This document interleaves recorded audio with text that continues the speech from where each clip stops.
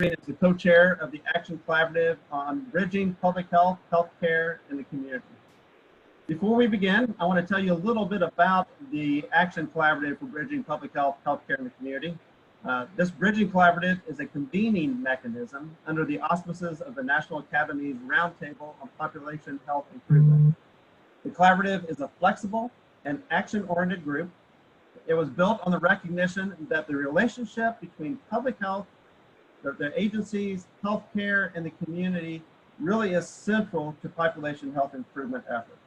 The purpose of the collaborative is to help strengthen the relationships between public health, healthcare, and the community by supporting and disseminating population health efforts that span across all three of these sectors. It really is a special privilege for me today to introduce our guest speaker, Ann DiBiase. Ann is the Director of Policy Development at Trust for America's Health. And for full disclosure, I need to let you know that I currently serve on the board of directors for Trust for America's Health, which is a nonprofit, nonpartisan organization that promotes optimal health for every person and community and makes the prevention of illness and injury a national priority. Trust for America's Health works with traditional and new partners on high impact health issues, such as we're going to hear about today. The Trust reports on and recommends evidence-based programs and policies that make prevention and health equity foundational to health and community systems at all levels of society. Ann is responsible for defining the agenda and general strategy associated with the organization's goal to create a modernized and accountable public health system and to integrate prevention into the reforming healthcare delivery and financing systems. On behalf of the collaborative, we thank Ann and Trust for America's Health for sharing the recently released report, Addressing a Crisis, Cross-Sector Strategies to Prevent Adolescent Substance Use and Suicide via today's webinar. Before we begin, please note that we will take questions via the Zoom's chat function. Please make sure you submit your questions to everyone, and we'll address the questions in the order of the submission. With that, Ann, thank you for being here today. Thank you, David. I'm going to share my screen. Can you see it? Please pull up the PowerPoint. Yep. Do you see it? Yes, we do it on presentation mode. Excellent. All right, we're all set then. Well, I'm very excited to be able to talk with you today. I want to thank you all for your interest and say hello. I can see some names I recognize, some friends and colleagues that are with us. Just a little bit of background on the report before I launch into the content. This report is really the culmination of work that TFAH, or Trust for America's Health, has been doing since 2015. With our partners at Healthy Schools campaign and later also with Mental Health America, we conducted a series of convenings that really just delving into how substance misuse efforts can be implemented in schools and how mental health can be promoted in the school setting also to promote the conditions for learning. And then in 2018, with support from the Conrad and Hilton Foundation, we held a convening bringing together experts and policymakers from multiple sectors to identify a policy agenda for a multi-sector approach to reduce adolescent substance use and suicide. And so this report is really a result of those efforts over the past years. And it's also a part of our Pain in the Nation series. I want to also recognize the support of Wellbeing Trust to produce this report. And this slide tells you a little bit about Wellbeing Trust. They're a national foundation dedicated to advancing mental, social, and spiritual health of our nation. Hopefully you've heard of them.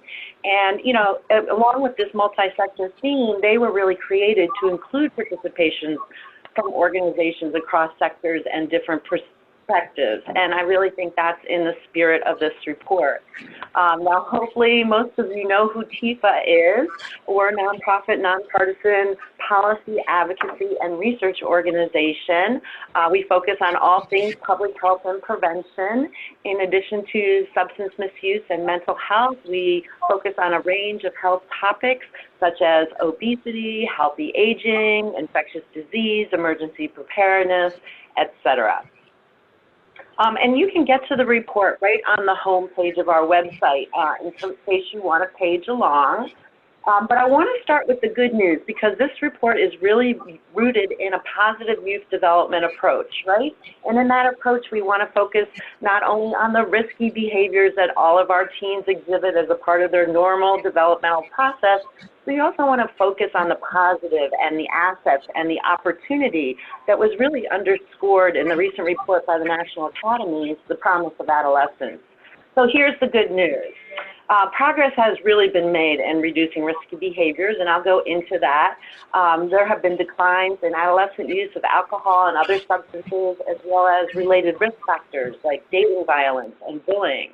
And to us at TFAH, this is the news we really want to hear. This suggests to us that prevention efforts and policies in this country are making a difference. So here's, again, the graphs we like to see, the lines going generally in the right directions with one exception, as you see there. These are the rates of illicit substances and misuse of prescription drugs are declining. Students in the 8th, 10th, and 12th grade have had a decline in past year illicit drug use, down from 16% in 2001 to 9% in 2018.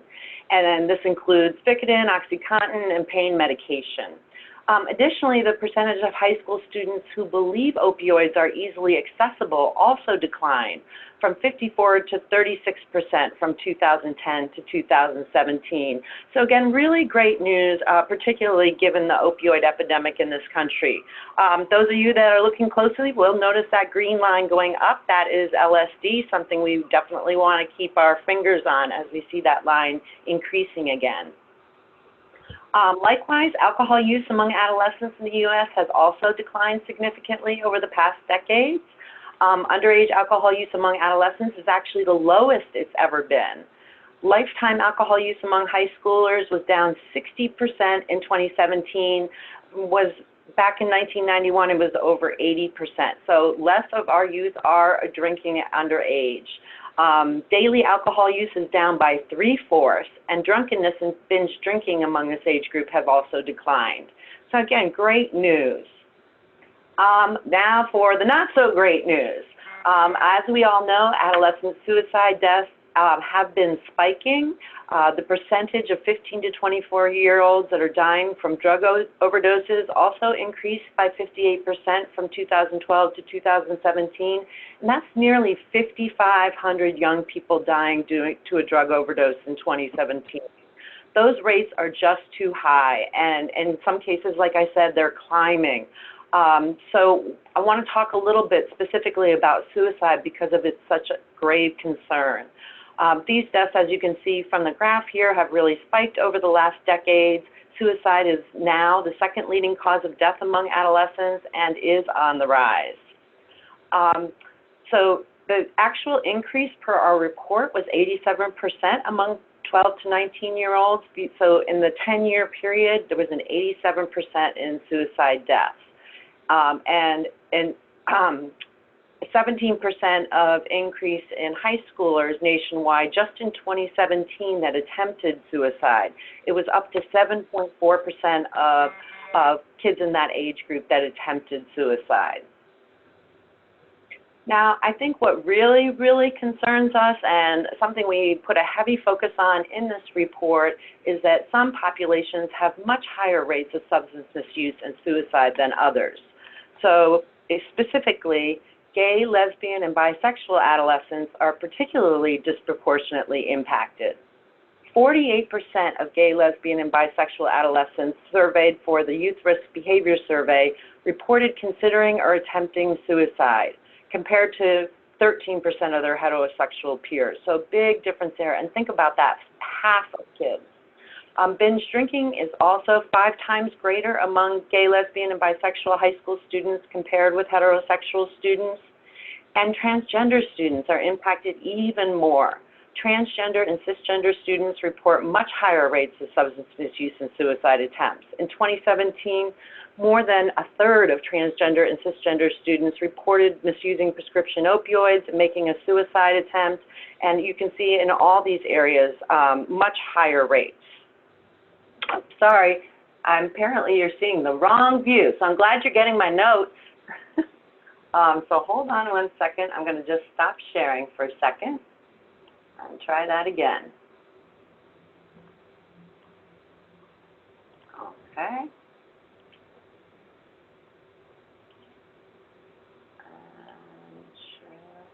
Is it still the same, Carla? I think so. So here, let's try that. It's okay, and it may even help with the accessibility for hearing. Did that help at all? That didn't help at all?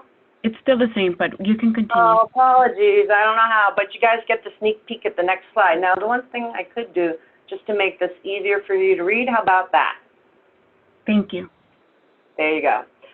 So another part of the epidemic that I think we're all aware of, given it's top of the news, is the increase in the rate of vaping rates.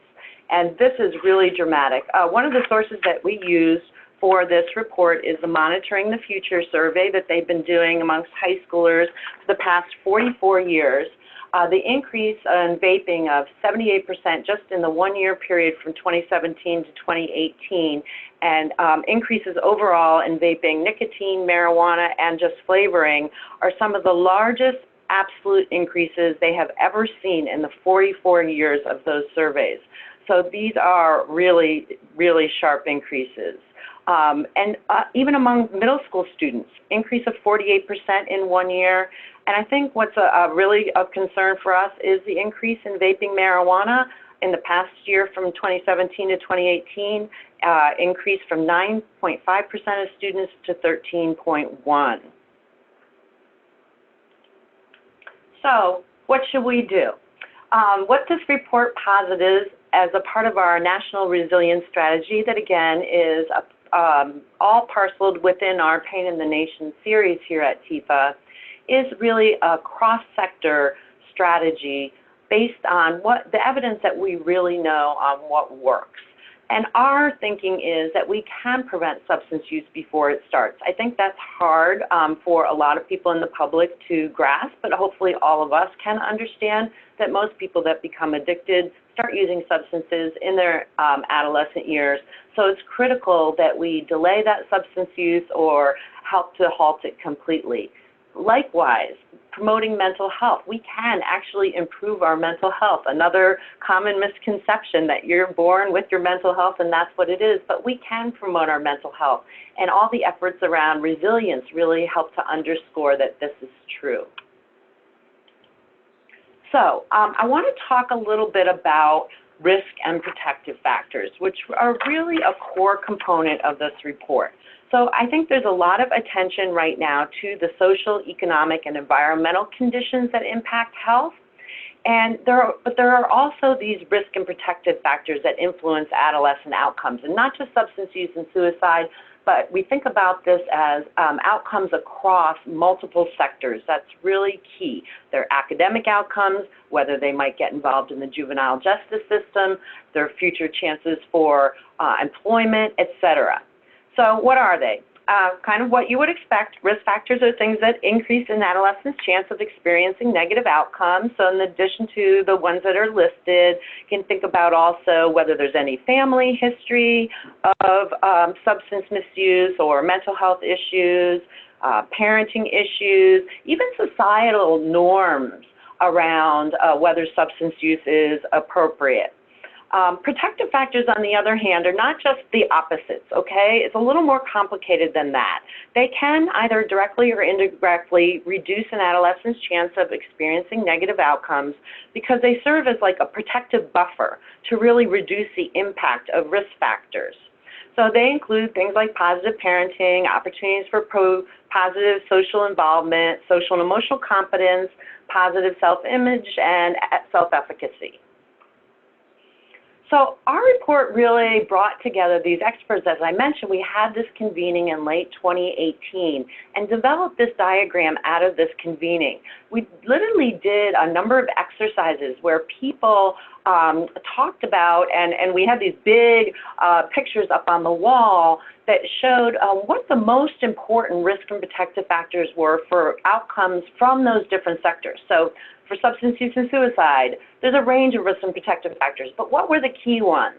And what were the key ones for education or academic outcomes? What were the key ones in the juvenile justice or child welfare system? And what we found was there really was a Venn diagram there. Everybody was focusing on some of the same risk and protective factors. So that felt really critical to our report.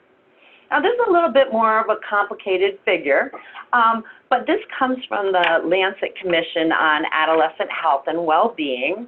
And I bring this up, and I don't put this in most presentations, but for this group, I really wanted to tie it into the work that the group is doing. And why I like this diagram is it's bringing it all together.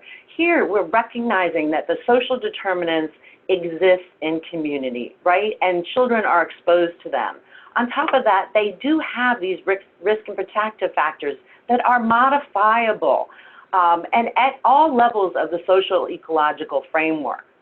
And all of this leads into the adolescent health outcomes that we want, as well as, like I said, those outcomes in other sectors. We're thinking of this, of course, in a developmental trajectory or a life course approach. So this is bringing together a number of different theories that we considered in the development of this report. And bottom line, what it says to us is what's in the big bold print there, that we really need an integrated multi-sector approach that's grounded in prevention, because it turns out all of these sectors are focusing on similar risk and protective factors, and in some cases, they're even using the same evidence-based interventions. So what does work? There's a lot of focus on this in the report, and I'm going to go briefly into each of these strategies, so you don't have to catch them all on the slide, because I'll have a slide for each one. And in the report, you'll also find some stories about how these strategies are carried out on the ground, how it's working in Texas or Boston or somewhere else across the country, bringing really these evidence-based programs and interventions and strategies to life. So first, building social-emotional skills. This is just critical. We learned that back when we did the convening on how to promote mental health and advance the conditions for learning in school. Without good social-emotional skills, bottom line is kids don't learn, but also impacts their risk for substance use and suicide. And we all know about adolescent science, right? It's a period of very active social and emotional development. So this is just critical in that period. And when we say social-emotional skills, just to define a little bit, in addition to the diagram that you're seeing on the screen from Castle, social-emotional skills, what are we talking about? It's like emotional regulation, impulse control, stress management, positive relationship skills. Those are key risk and protective factors for substance use and mental health disorders.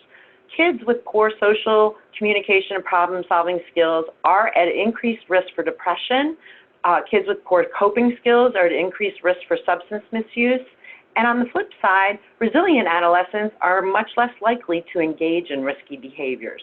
So programs and policies to build social-emotional skills are just critical. And these are some of those programs. So just briefly, I'll talk a little bit about life skills training. Life skills training is a middle school curriculum. It's a 3-year prevention oriented curriculum, and some of the outcomes are really tremendous. This program reduces the prevalence of substance misuse by 50 to 87%. And when you combine it with booster sessions in high school, it reduces long-term substance misuse by as much as 66%, with effects lasting beyond the high school years. And it's cost-effective.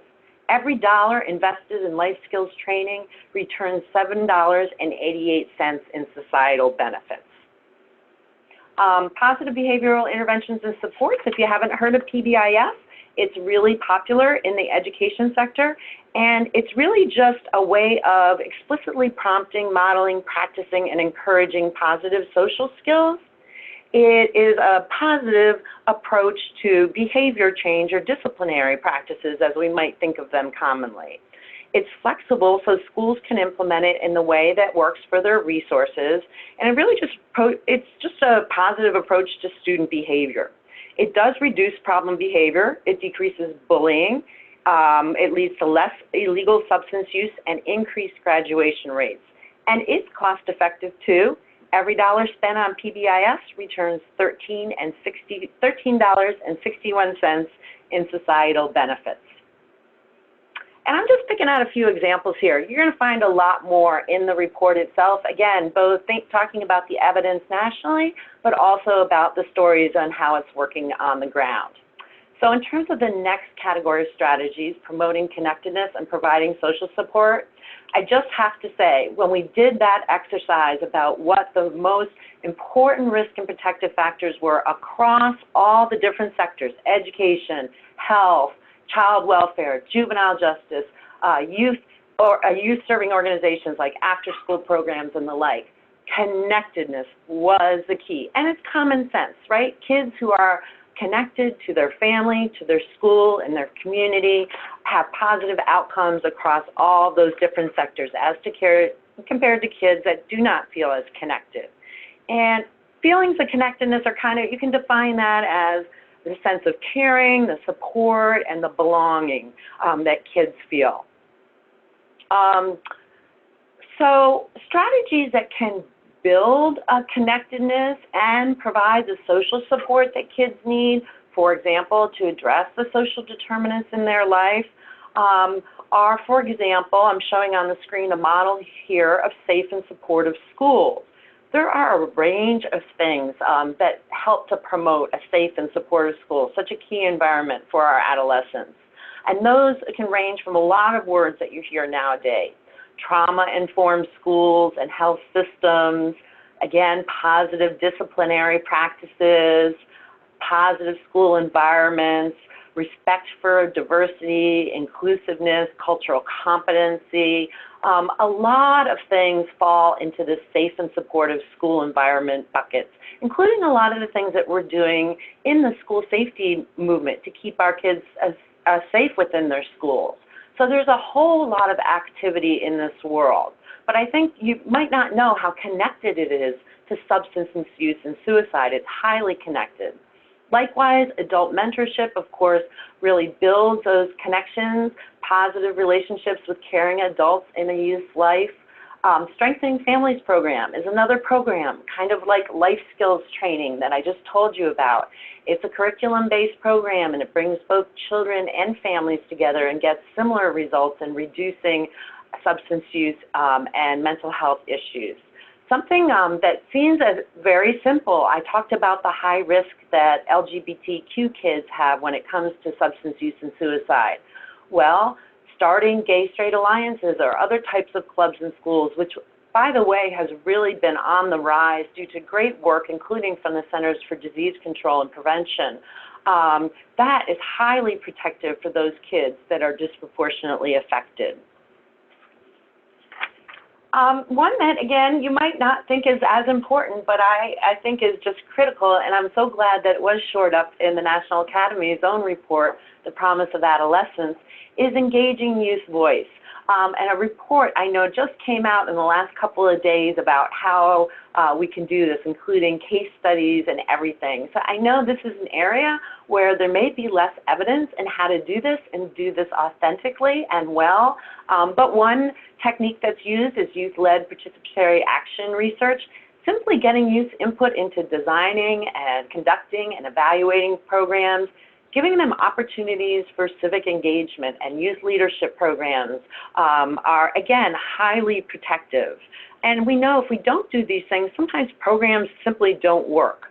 So really, youth engagement, we know from the research, is protective against suicide ideation and suicide risk. It is linked to lower rates of depressed moods. So there might be a lot more science around this than you know. I know I learned a lot in putting this report together. Programs like the Youth-Led Participatory Action Research are documented to have these positive effects on protective factors for youth. The next one that there's a lot of focus on, fortunately now, which is addressing and reducing trauma, adverse childhood experiences, and discrimination. So we know kids who enter this critical developmental period with a history of trauma or adverse child experiences, I'm going to use ACEs, I hope that's okay, directly does impact their risk for a range of negative health outcomes. And at least half of kids, 12 to 17, have experienced at least one ACE. About a quarter have experienced 2 or more ACEs. And youth, of course, with more ACEs, I'm sure you know, or more trauma, are at increased risk. More ACEs has been shown to increase the likelihood of binge drinking, smoking, and using opioids. Can also correlate, as I said, to outcomes in other sectors. Similarly, racism, homophobia, and other forms of discrimination contribute to an increased risk for substance misuse and suicide amongst our nation's youth. Youth who experience discrimination are more likely to adopt avoidant coping strategies, such as substance misuse, to cope with the chronic stress that comes from discrimination. So it's absolutely necessary to make the systemic and structural changes to eliminate disparities. And at the same time, we know that change can take time to create results. So it's imperative to simultaneously implement strategies that mitigate these negative effects across various sectors. So a couple, seems pretty obvious, but professional training for any child-serving professionals, be they teachers, people that work in the child welfare system, pediatricians. We're already doing a lot of work on training them in how to change their psyche to be trauma-informed, how to be more culturally competent, embrace the diversity in the populations they serve. You probably have heard of youth mental health first aid. Maybe even some of you on this call have been trained, which is great. That helps to give adult competencies and even other youth competencies in identifying issues that children might be going through in terms of bullying, violence, and mental health issues, and develop appropriate responses to the trauma and behavioral health issues that children face. Next is building really on children's social needs, are thinking about also the needs of the child in the context of the family. So here we want to think about broad policies like the Earned Income Tax Credit. We know that nationwide 18% of children are living in poverty, 34% live in single-parent households, 31% live in households with a high housing cost burden, and 18% live in households that are food insecure. So whether it's SNAP or housing assistance, these programs are all critical to supporting the family, and through that, supporting the child, helping to bring the family out of poverty. And also they've been connected to achievements in school, increase in earning power later in adult years, and all of that is related to reduced risk for substance misuse and suicide. Now, in the adolescent period, specific to them, a lot of this work can also be done in the school setting, because we know that these types of supports are very disjointed and siloed, and it's hard to get adolescents and their families all the services they need. So programs like Communities in Schools help to bring in case managers and identify what the needs of students are, connect them with providers who can meet those needs in the community, and are really spreading across the schools in our nation. And I think the focus on becoming trauma-informed is really helping to spread these type of integrated student support models. The CDC also has a program striving to reduce youth violence everywhere. It's a national initiative, and what it helps health departments do is implement a lot of these strategies in multiple sectors, and strategies that are all prevention-oriented, focusing a lot on youth violence specifically. Now, an area I'm really passionate about, and we do a lot of work on here at TFAH, is scaling up mental and behavioral services and supports in schools.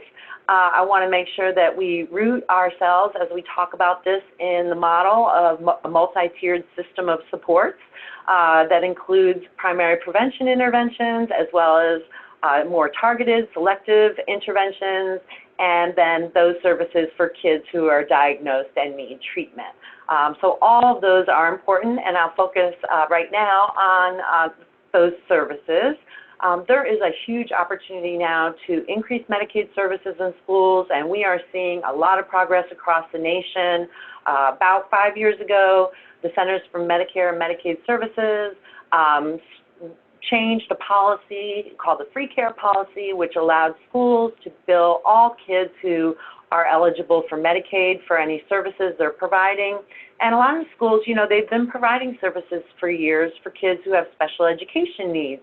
So this really opens up a huge opportunity, because an estimated 70% of students who do get mental health services, and remember, most kids who need them don't get them, those that do, 70% get them via their school. And, you know, it's only about 20% of kids who need the services who can get them. So the more we can make those services convenient at the school setting, the more we're going to be able to address mental health issues early on. That's just critical. There's also screening programs that can be implemented in a variety of settings, like SBIRT here, Screening, Brief Intervention, and Referral to Treatment, that screens for alcohol and other substance use. And then more on the primary prevention or universal side, you have classroom management programs. Now, that might sound a little odd, but believe it or not, we have 30 years of randomized controlled trials that were funded out of NIH that show us that these classroom management programs, some of them, like the Good Behavior Game, even implemented in the elementary school years, have impacts on substance use and suicide, as well as a range of other outcomes 30 years later. So classroom management programs are simply programs that help teachers teach better, have more teaching moments and teaching time in the classroom, because the children are following the rules for behavior in a way that makes it easier for the teacher to teach. So they're really an education intervention, but they have an impact on substance use and suicide. So one that may be more obvious, of course, is promoting family-centered and community prevention models. I was really excited to learn about the effects of family-centered treatment. It does make sense if you're treating a student for substance use or behavioral health problems, that it needs to be an intervention that really involves the whole family. There is great evidence. Yet, at the same time, these family interventions haven't really been well integrated into clinical practice, and they're not broadly adopted yet by our community agencies that have been serving youth. There are other programs out there, like the Garrett Leeds Smith Memorial Suicide Prevention Program out of SAMHSA. It supports states and tribes in implementing youth suicide prevention and early intervention strategies, and schools and juvenile justice and foster care systems and other youth-serving organizations. So it itself is a cross-sector intervention. And research has indicated that counties that implement these programs have lower youth suicide rates and lower youth suicide mortality rates than similar counties that did not implement them. Zero Suicide is a suicide prevention initiative that is implemented in health systems, so that they're screening, for example, in emergency rooms for mental health issues. And then something that is, of course, part and parcel of the public health model, which is building multi-sector partnerships to address all the factors that impact health. There is a lot of evidence around multi-sector coalitions in the substance use prevention space, drug-free communities, communities that care, delivery system called Prosper. All of these have been around for the past couple of decades and have shown an incredible success in either delaying or preventing altogether youth substance misuse. And they require all these multiple sectors to come to the table and work together. It's also important to recognize, as we talked about the impacts of racism and other discrimination earlier, the importance of fostering community and agency and power amongst our youth themselves, but also in the communities in which they live, and using the power of these multi-sector coalitions to address policy systems and environmental change at the community level. So we want to intervene at all the levels of the social ecological framework. And I mentioned earlier that TFAH is heavily engaged in this work with our partners at Healthy Schools Campaign. We lead the Healthy Students Promising Futures Learning Collaborative. It has a separate website. You can go there to look at it. And we have 16 states that have been working together for 3 years now to actively implement these policies that I've been talking about in schools, from increasing Medicaid services to creating safe and supportive learning environments. So there is a lot of good multi-sector work underway. So I want to turn to the policy recommendations now. And again, emphasize that these conditions and these risk and protective factors don't occur in silos. So we have to have multi-tiered and multi-sectored policy action, from strengthening families to improving school climate to creating healthy community environments to combating racism. So we really have to work across public health, healthcare, education, youth development, juvenile justice, child welfare, and other youth-serving fields. So these recommendations, while individual, they're really collective components of a larger system-wide and multi-sector framework. And the way we think about them is they really should be implemented in an integrated fashion, and we know that's not how policy happens, so it'll probably be more piecemeal, realistically, but they're presented under the same categories of strategies that I just went over. So you'll see similar areas to what I just went over, and I'm going to go over each of these two in turn. So I mentioned earlier addressing those social and economic conditions in the student or the child and family's life. The earned income tax credit, as you can see from this diagram, does improve health outcomes and decrease risky behavior, so that includes substance use and suicide. Likewise, other income supports for nutrition assistance, for housing, etc. Also, we recognize that there are certain populations at high risk, and I called out LGBTQ kids earlier, but the report has a section that really delves into what kids are at highest risk. So, of course, we all know that Alaskan Natives and Native Americans have much higher rates of substance use and suicide. The suicide rates for Native Americans are 60% higher than the national rates for other adolescents. Kids who are involved in the juvenile justice system, kids who are homeless, kids who live in rural areas, kids in foster care, kids who are failing academically. All of these kids are at higher risk for substance use and suicide. In addition, kids who are in military families, so having specialized services for families in transition like military families is really critical. We talked about parenting as both a protective factor and a risk factor when it's not done well. We have real opportunity to scale up parenting and other family-centered treatment programs. In terms of promoting positive pathways to education and life success, I go back here to thinking about how to create positive school climates. And there are a number of programs that exist now within the federal government, at the Department of Education, at the Centers for Disease Control and Prevention, for example, in the Division of Adolescent and School Health.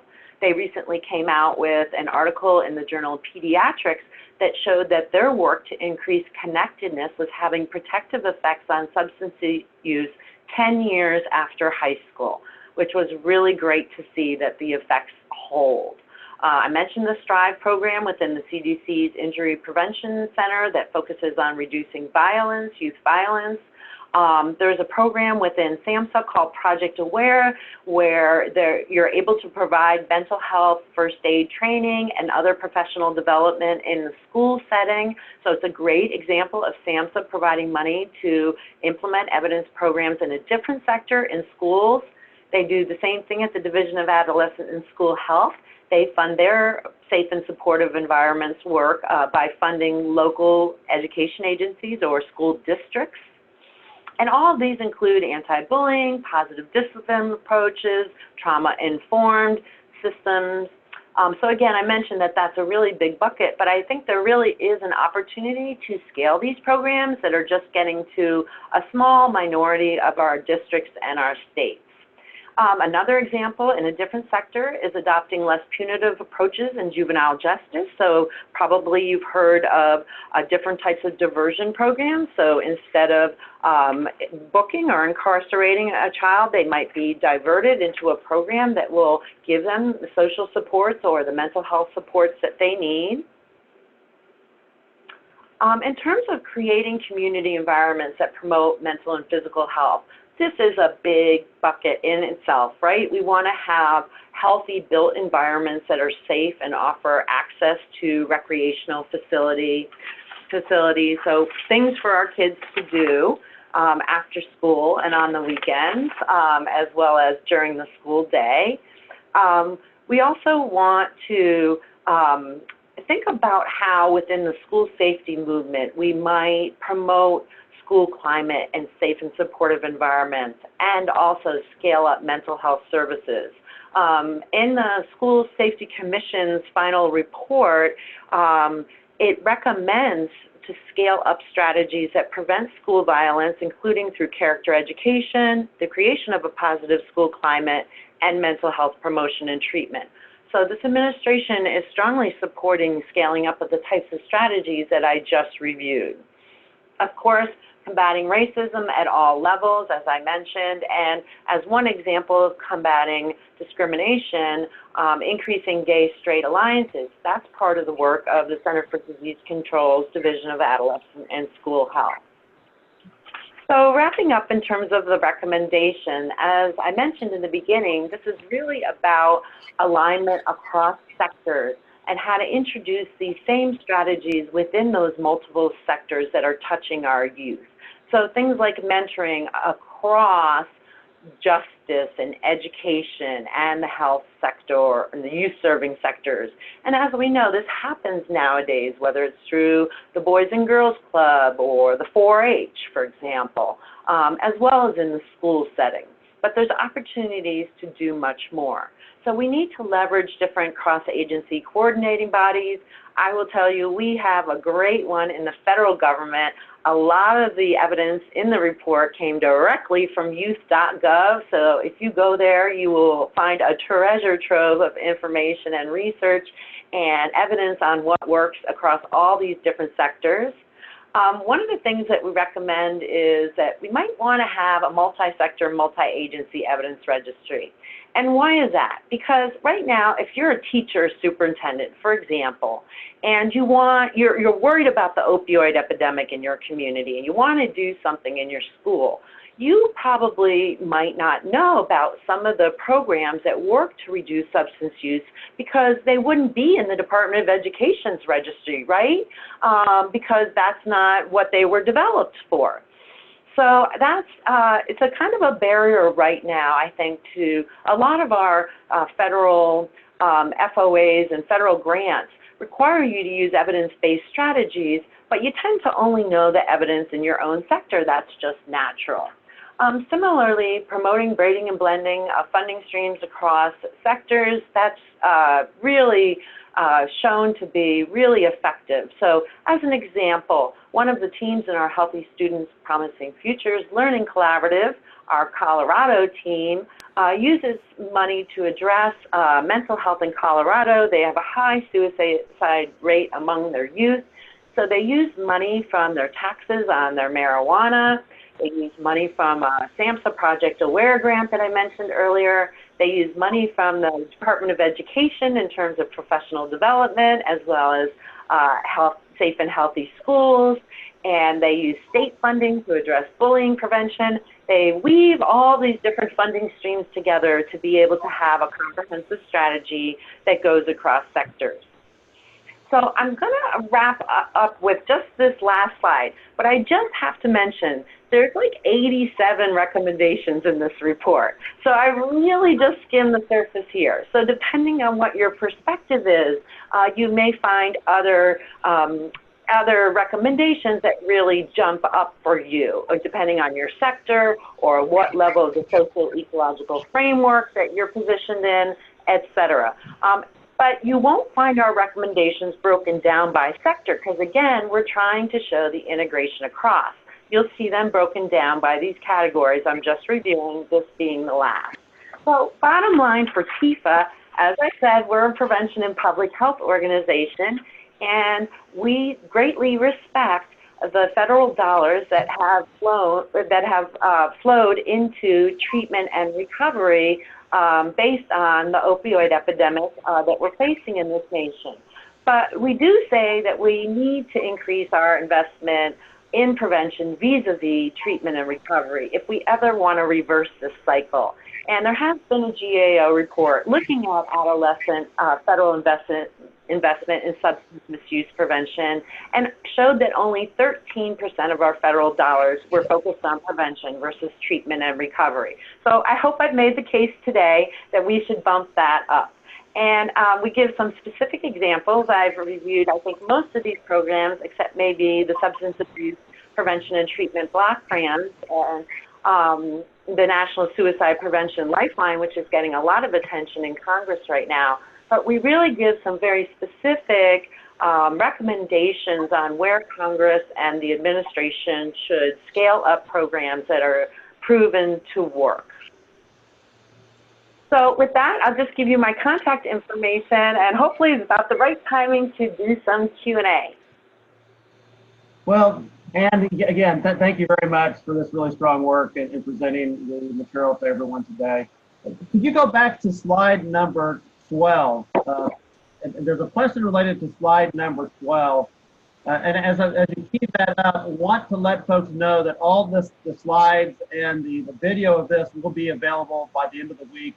Carla has made that available on the Zoom group chat. And so if you go to a link that she has posted there, by the end of the week, you can pull the presentation down. But if you could,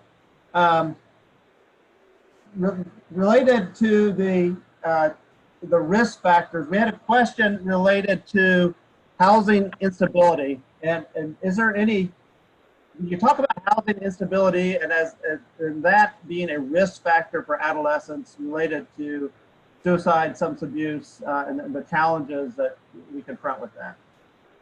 Yeah, that's a great question, and I should have kind of covered this earlier, so thank you for triggering this. I guess I would call housing instability a social determinant, right? So we have social determinants, we have ACEs and trauma, and we have risk and protective factors. And that's why I was kind of showing that diagram earlier that brings all of those together. So the social determinants that exist in a community, the conditions that any child and their family might face, and housing stability might be one of those conditions that exist for that child and family, right?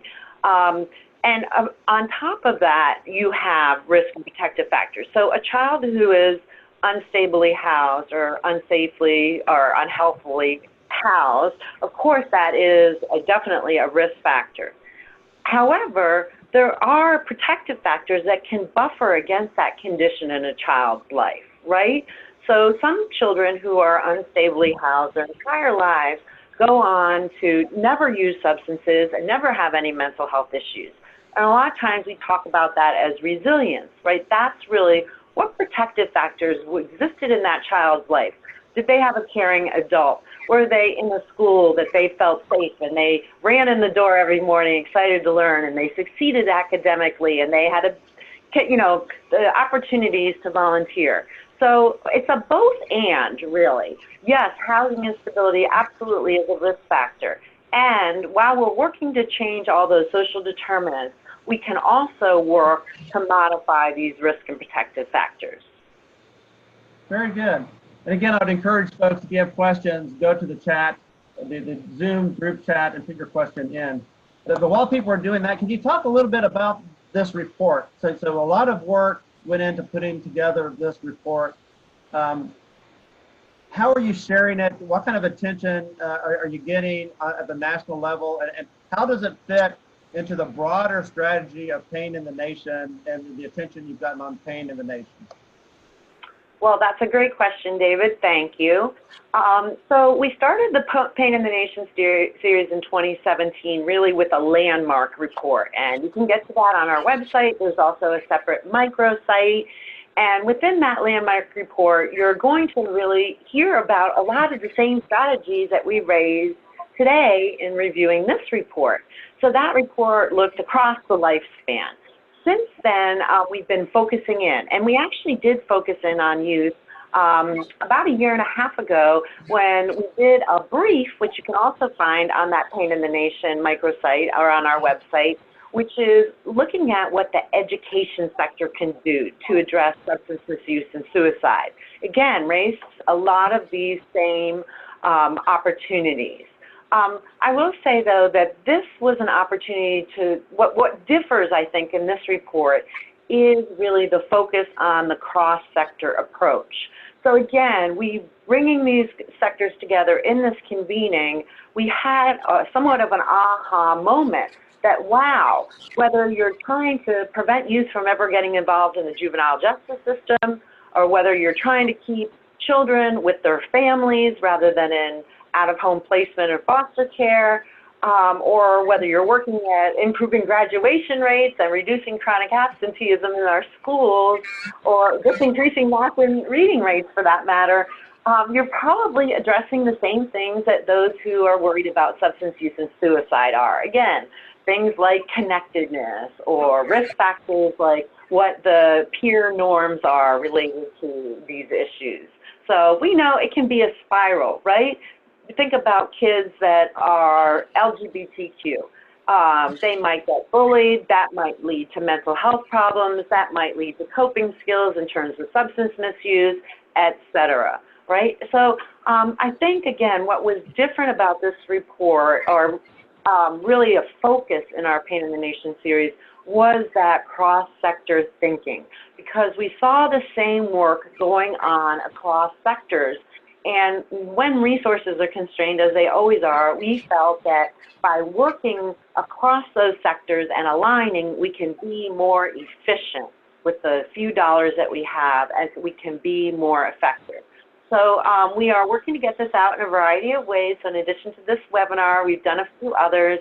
We've had really positive feedback by a lot of the stakeholder groups that are working actively on Capitol Hill and introducing legislation to promote mental health and reduce substance misuse. So a lot of those groups are picking up and using the evidence in the report as well as the recommendations for their advocacy. So we love to see that.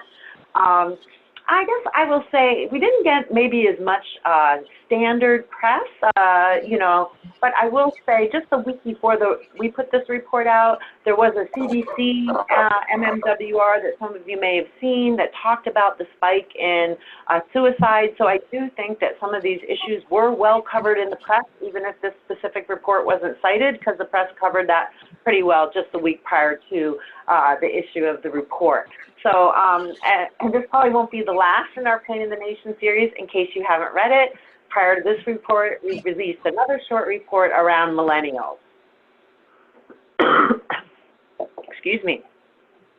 Very good. I guess the one thing I would add is social media. You usually on Twitter, Trust for America's Health has a very active way to push this type of information out. So if people are interested and you do social media, you may take a look at Trust for America's Health site and use it to share. And I guess the other thing is that these reports are free and people can get copies of the report, right? So I have a couple other questions now. One, are there resources specific for classroom management and perhaps professional development for teachers to detect students with risk factors? Yeah, like in terms of screening, well, one thing I want to be careful about is, you know, to put more jobs on our nation's teachers, because they sure have a lot right now. One thing I find of great interest is that in a lot of the strikes that have occurred across the country, it wasn't just about teacher pay, but teachers were also fighting for more school nurses, more social workers, more psychologists in the schools. So teachers are really grappling with these issues, as we all know. I think through Project Aware, teachers are getting training in youth mental health first aid.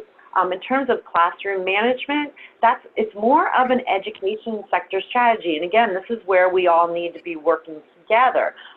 So teachers are introduced through their own venues of professional development training to things like good behavior game, second chance. There's various evidence-based programs that can help teachers. Again, good behavior game alone has been shown to reduce decrease interruptions in the classroom by as many as 256 interruptions per hour. If you can only imagine that. If somebody had introduced me 256 times, I would have gotten through like 3 slides.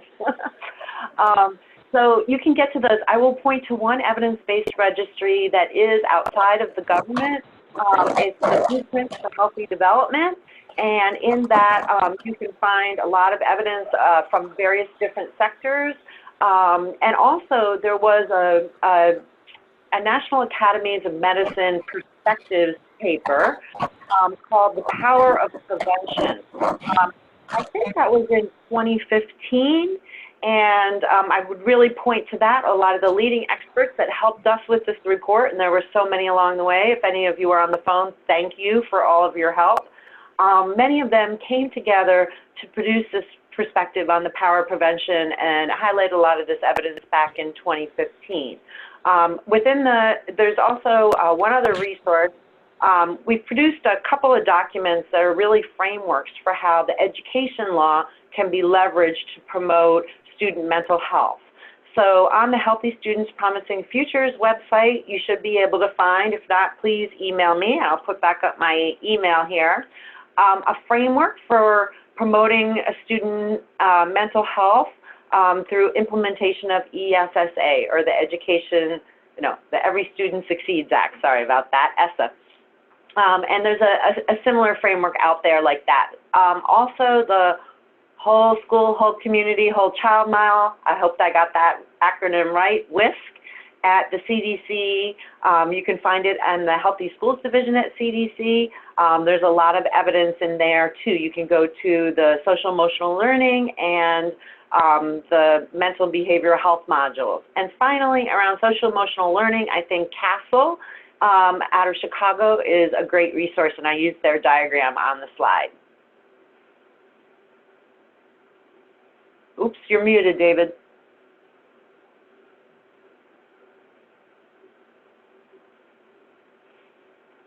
Can we end? No, I'm understood. Okay. So there was one final question related to cell phones. And do we talk at all in the report related to cell phones and the disconnectedness that occurs and the access that vaping companies and others have to our kids because of the cell phone that our kids have with them all the time? Great question. Thank you for that. Yes, we have a call-out box on social media generally, not cell phones in particular, but social media. And that research is so interesting because actually social media can be a risk factor. It can also be protective. So I would urge you to look at that section in the report. I don't want to go into all the research now, but for kids who are more anxious or depressed, social media actually can be helpful. We also know, so there's addressing the issue of social isolation or social connectedness through social media, but there's also the information that kids are getting around substance use and suicide, both the factual information around substances, for example, but also the norms that are created through social media, and in particular through the people that are, the influencers on social media, shall we say. So that was a very interesting area of research. I will conclude that question by saying there is more to be done there, that social media is, I believe, a social determinant itself. And I think there's a lot more public health research to understand better how to promote the ways it's protective and reduce the ways it serves as a risk. Again, very good. And for follow-up, this report is available to folks. Go to the Trust for America Health website. And this presentation is available via the link that Carla shared with everyone. And we're out of time. But again, thank you all for your time today. Ann, anything else you want to say before we finish? I say thank you again for your interest. Really appreciate it. Please go talk to someone else in another sector about this report. That's what we want to generate. And please serve as a caring adult in at least one child's life. All right. Great way to end. Thank you, everyone. Talk to you later. Bye.